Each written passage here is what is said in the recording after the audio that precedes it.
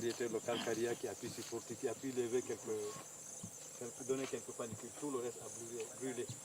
Mais pas elle seulement, hein, toute la série de variétés, tout a brûlé. Ouais. Donc la fiche technique, elle est précise, c'est pour l'eau douce et pour les bas-fonds. On est en train de la tester dans les bas-fonds et ça se passe bien.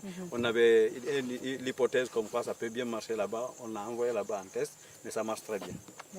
Donc, mais les mangroves douces aussi, comme à Kirinkener, à la périphérie, ça va très bien. À Mankountan aussi. À Mankountan aussi, voilà. Maintenant, dans toutes ces caractéristiques, on a même préparé ici, à Tatema, ici, on a fait la cuisine étivée, bouillie, non étivée, on a mangé, on n'a pas invité beaucoup de monde, hein, parce qu'il n'y avait pas beaucoup, mais on trouve que les graines sont de bonne qualité aussi. Maintenant, son problème qu'on avait un peu de doute, c'est la taille. Mais finalement, quand les conditions sont bonnes, on a vu qu'elle a la même taille que les balantas d'autres variétés qui sont bien vulgarisées ici. Donc, pratiquement, en termes de, en tout cas, présentation, elle est bonne. Il y a des paysans là qui veulent l'essayer un peu du côté continent, même si c'est en zone de mangrove, un peu en hauteur. Quoi. Il y a pas de quand on est venu avec les paysans. Les mêmes paysans de Kirinkener là, et d'autres là, qui veulent on a fait une visite là-bas. On va voir rapidement peut-être pour Donzo et pour ceux qui s'occupent de fertilisation. Laissez Adventiste. Peut-être vous allez rester. C'est loin. Excellent. Non, C'est pas loin, c'est là où le... Excellent comme... Non, non, les panicules, c'est très fourni. C'est très bien fourni. Tu as 150, 180 graines par panicule. En tout cas, en arrière mangrove, ça va marcher bien. Ça peut aller... Comment c'est ouvert sur là-bas? Le réseau, quoi. Vous expliquez pour la ISO ce que vous faites. Le BSD est là. On n'a pas les deux directeurs qui arrivent. Non. Je vais avoir beaucoup de richesse. Non, cette année-là. Ça, c'était vraiment... Cette année. Dans le témoin, il y a le mode paysan, il y a le traitement 3 et 4.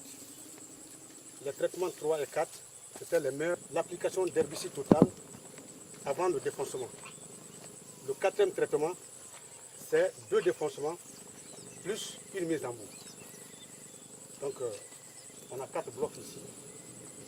Et je vois que dans ces conditions, la différence est un peu rare par rapport aux autres zones, les sites en milieu paysan. Quand vous voyez les T1, automatiquement, il n'y a pas à discuter. T1, c'est une parcelle qui a été défoncée, mise en boue, repiquée, sans désherbage. Aucun désherbage. C'est une parcelle aussi qui a été défoncée, mise en boue, repiquée et laissée comme les paysans. T3, on a appliqué l'herbicide total avant le défoncement. Après le défoncement, on a fait la mise en boue, on a fait le repiquage et on désherbe régulièrement. T4, on a procédé à 2 défoncements, plus une mise en boue et un repiquage. Donc on désherbe aussi au fur et à mesure que les besoins se font sentir. Voilà, bref. Merci pour la précision du niveau d'enherbement. Quand il y a les herbes, ils enlèvent. Ça peut faire 1 fois, ça peut être 2 fois, ça peut être 3 fois, ça peut être 1 fois. Ça, c'est à la pratique paysanne. Sans désherbage chimique. Non, Sans désherbage chimique. Voilà. Ce que je voulais demander, si c'est à la demande de désherbage. Dans les autres traitements, là où on a mis le glyphosate et les deux labos, les 2 dépensements, on fait le désherbage à la demande. Si on voit qu'il y a de l'enherbement, peut-être si on entre dans l'inventaire de l'apport que vous avez eu à faire, on verra la différence. Il faut dire qu'il y a 2 mois, il y a eu une inondation ici qui a contrôlé un peu les adventistes. Donc d'où l'intérêt des aménagements qu'on doit faire. On n'aura pas besoin d'herbicide même pour ça. Dès qu'il y a de l'eau, l'enherbement est La façon de gérer, ça contribue. Mais maintenant, ici, on a l'impression certainement que c'est la même chose, mais ça nous arrive souvent en expérimentation. Quand on fait les composants de rendement et le rendement, on peut voir 2 parcelles très proches. Des pratiques ancestrales peu productives que les paysans abandonnent au fur et à mesure grâce à ces bonnes pratiques. Aujourd'hui, monsieur le directeur général, quelle précision vous apportez par rapport à cette initiation? Les pratiques ancestrales ne sont pas toutes mauvaises parce que les parents ont su conserver des variétés de riz que nous exploitons jusque maintenant. Ça veut dire que quelque part dans les pratiques de nos parents, il y a de très bonnes pratiques. Qu'à cela ne tienne, en tant qu'institution de recherche, l'IRAG a vu que les densités de semis, les semis en poker, repiquage, ces densités étaient très fortes. Et nous avons réfléchi et aujourd'hui nous sommes en train de passer à des densités de repiquage qui sont faibles, entraînant un fort talage du riz et qui permet de faire des économies sur la semence. Ensuite, nous avons la gestion de l'eau à la parcelle. Cette gestion aussi devient beaucoup plus efficace avec les aménagements qui sont réalisés dans le cadre du riz Basse-Guinée, du projet riz Basse-Guinée. Il y a l'âge aussi de transplantation. Les paysans, à cause du calendrier culturel et de leurs préoccupations, attendaient quelquefois 2 mois, et même plus dans certaines conditions, ce qui est très regrettable. Ça ne permet pas un fort talage. Donc les paysans faisaient ces pratiques. Mais avec le talage, avec plutôt le repiquage à 15 jours, à 20 jours, nous avons aujourd'hui des variétés de riz qui trachent, qui donnent leur meilleur potentiel dans ces rizières. Puis, avec l'adaptation variétale que nous avons eue, nous avons retiré la M6, qui est aujourd'hui une variété performante pour les zones d'arrière mangrove de bas-fond. Mais ce n'est pas adapté aux zones de mangrove. Ensuite, il y a les essais de fertilisation qui sont en cours, les essais de contrôle des adventices qui sont en cours. Tout ça, ce sont des innovations qui vont permettre aux paysans d'avoir de très bons rendements à court terme. Directeur, on va vous libérer. Juste une dernière question. C'est lié à la vulgarisation. C'est bien beau d'avoir ces bonnes pratiques ici à Koba, mais il y a lieu de les expérimenter au-delà de Koba. Là-dessus, quelle est votre précision? Bon, il me semble que nous contribuons à la pré-vulgarisation. Mais compte tenu de l'effectif des chercheurs, il nous semble intéressant de renforcer les services de vulgarisation, notamment en PROCA, les organisations de producteurs, pour que Amproca puisse jouer efficacement son rôle dans la diffusion des technologies que nous avons ici au centre de Koba, pour que ces organisations professionnelles agricoles puissent diffuser toutes les technologies que nous avons ici. Heureusement, il y a des journées portes ouvertes qui s'organisent et là, les paysans viennent voir les variétés qui les intéressent, les modes de conduite de culture qui les intéressent. Et cela, c'est une très bonne chose. Que je vous pose, quelle est votre relation avec ces organisations paysannes, justement? Bon, la relation avec les organisations professionnelles agricoles, déjà dans les périmètres où nous sommes, nous avons des groupements qui sont là, qui s'entraident, et nous, notre relation, c'est que nous leur donnons, et c'est eux qui permet la diffusion rapide de nos technologies. Nous avons donc des relations très opérationnelles, dénuées de toute forme institutionnelle, et en plus, avec la vulgarisation, c'est notre partenaire privilégié. Il n'y a pas de barrière de frontière. La preuve, c'est la présence des services agricoles de Amproca ici. La preuve, c'est la présence du BSD et des représentants de ces organisations professionnelles agricoles. Donc, ici, je dois dire que, honnêtement, il n'y a pas de barrière entre nous. Il n'y a pas de barrière, sans frontières. Merci. Merci. Oui.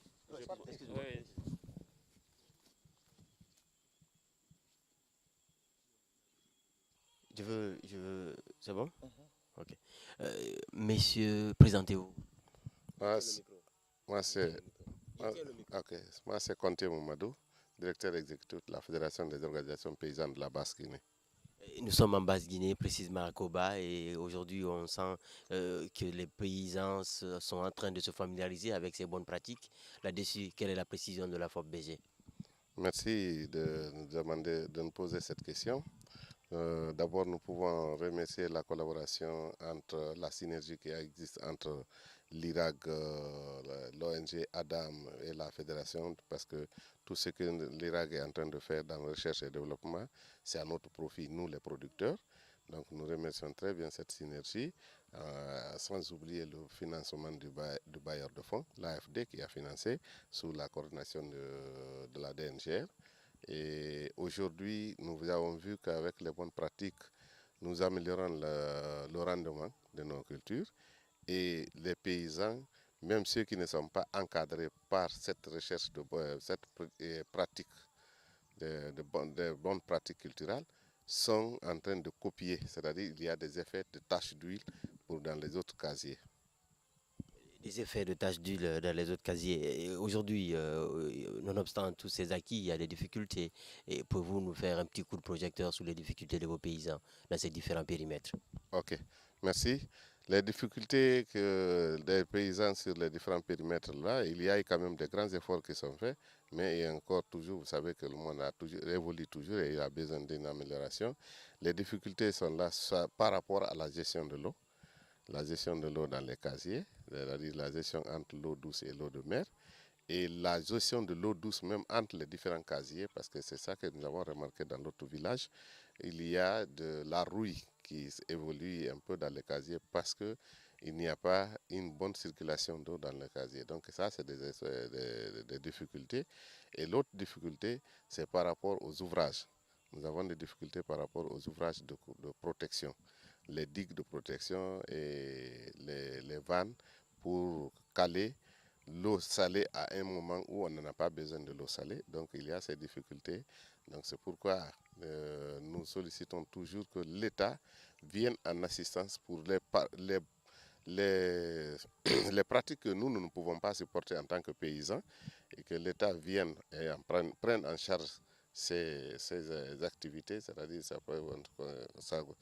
revient aux ouvrages, et les paysans, eux, ils vont entretenir la gestion, ils vont faire l'entretien des digues et des diguettes et la gestion de l'eau à l'intérieur des casiers.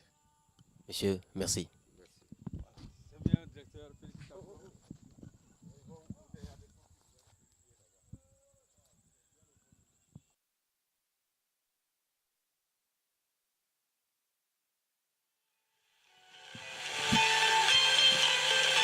Ya tira hera.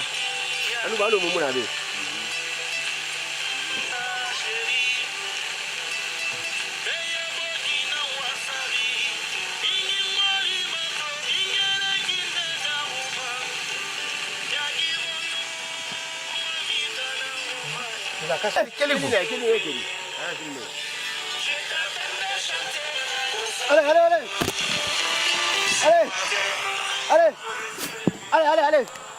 Allez, allez. T'as doucement timé, même rien. Oui. Naga ya tara wali. Alu mumuna be wali ba.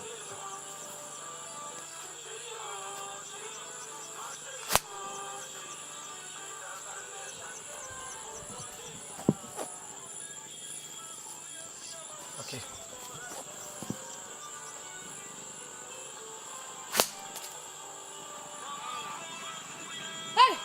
D'accord, lui accorder une interview. Ouais. C'est bon? Alors? Oui. Allez, t'as engagé. Dangali Salif Silla. Ah, Salif Silla, monsieur ma fille. Na wali kirifine. Ah, ina worki defende to ngona wali mabe. Si bara ntongo. Ah, namuna fine be kamze.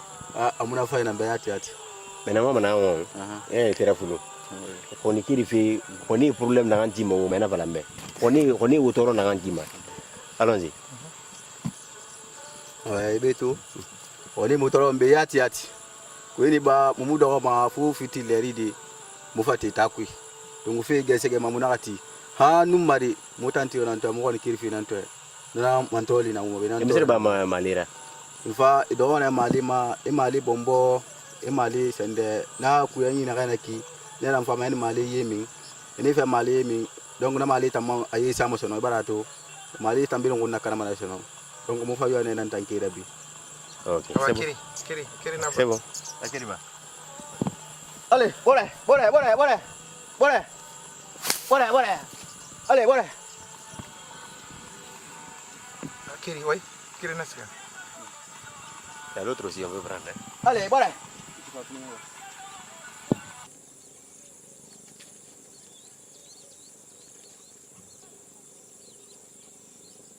Ah, ça va.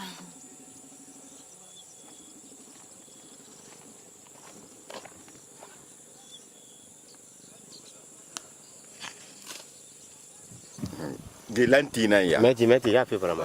Ouais, la maquia na ya muna vaina na obe. On est autour na kantima, atangleli. Ndangle Abu Kamara. Musa so yirek. Lantina so wenye yike. Gita o musa ba mayira. Mo ko ni nan kere mayira. Gina kan yike. Esiga ma fosi ne. E fosi sege, e fara e so ni nyeba. E na so ni nyeba, e fara e denge. E na e khara, e na khara ige e foli. E demba fanye dira. Après e dembe e kuni sa kui e wolo ko ni mo ko ni gawo akeli. Gina nambo yo. Mais on est toro wadibe.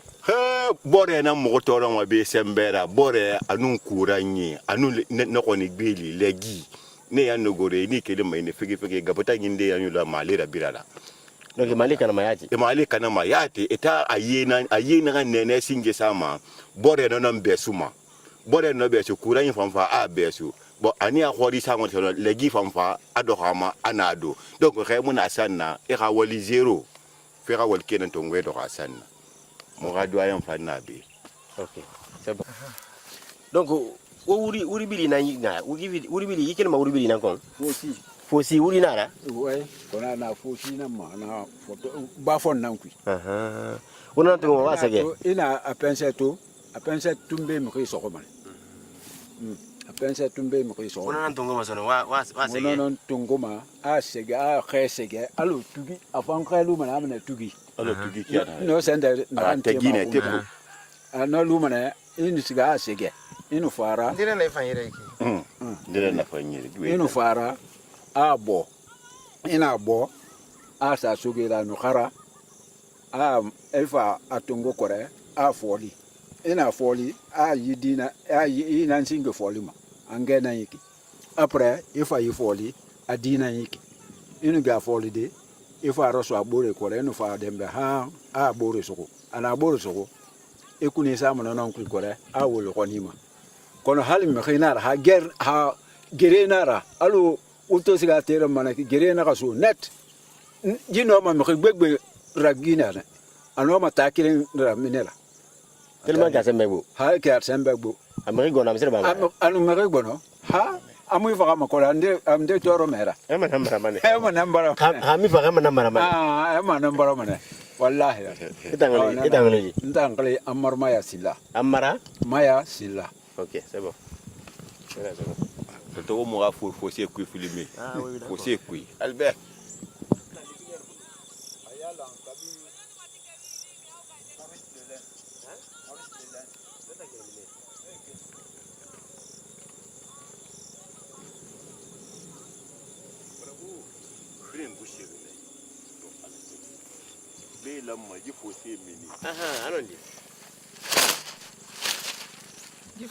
Yifa numbole kele mara. Gina ngwani bonye boma awani kelina ki iva itongwe